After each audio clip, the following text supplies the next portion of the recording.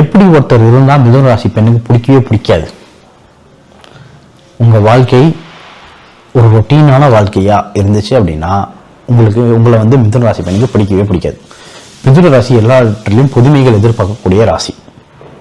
மிதுன ராசி வந்து ஒரே ரெஸ்டாரண்ட்டு 2வது வாட்டி போகாத ராசி.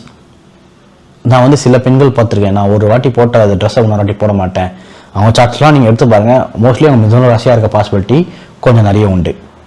மிதுன ராசி வந்து ஒரு பழகிய ரோட்லேயே இன்னொரு வாட்டி போக மாட்டாங்க. வேற ஒரு ரூட் ட்ரை பண்ணலாம், கூகுள் மேப்பில் போடு அப்படின்னு சொல்லக்கூடிய ராசி மிதுன ராசி. இல்லை பெண்கள் வந்து ரொம்ப கான்ஷியஸாக இருப்பாங்க, புதுமை விரும்பிகளாக இருப்பாங்க. ஸோ இந்த புதுமை விரும்பிகள்லாம் நான் ஏற்கனவே சொன்னேன், அவங்களுக்கு வந்து ஒரு ரிலேஷன்ஷிப் டக்குன்னு போர் அடிக்கிற பாசிபிலிட்டி இருக்குது. நீங்கள் அந்த போரிங்கை கொடுக்காம இருக்கணும். பட் நீங்கள் ஒரு விஷயத்த மைண்டில் வச்சுக்கோங்க, உங்கள் வாழ்க்கையே போரிங்காக இருந்துச்சு அப்படின்னா தயவுசெய்து மிதுன ராசியை கல்யாணம் பண்ணாதீங்க, லவ் பண்ணாதீங்க, எதுவும் பண்ணாதீங்க. மிதுன ராசி கூட போகவே போகாதீங்க, வாழ்க்கையை விட்டுறாதீங்க. என்னை பொறுத்த வரைக்கும் பார்த்தீங்க அப்படின்னா கடகராசி பையனுக்கும் மிதுன ராசி பெண்ணுக்கும் செட் ஆகிறதுக்கான பாசிபிலிட்டி கொஞ்சம் குறைவுன்னு சொல்லுவேன்.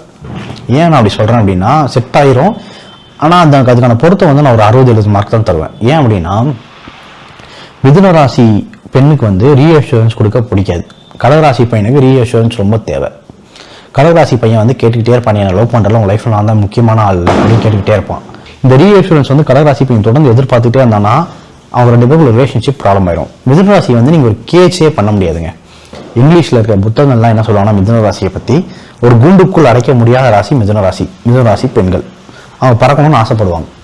அவங்க கொண்டு போய் நீங்கள் கூண்டுக்குள் அடைச்சி ஒரு ரிலேஷன்ஷிப்பு ஒரு கமிட்மெண்ட்டுன்னு கொடுத்தீங்க அப்படின்னா அவங்க கடுப்பாகிறதுக்கான பாசிபிலிட்டி தான் நிறைய உண்டு.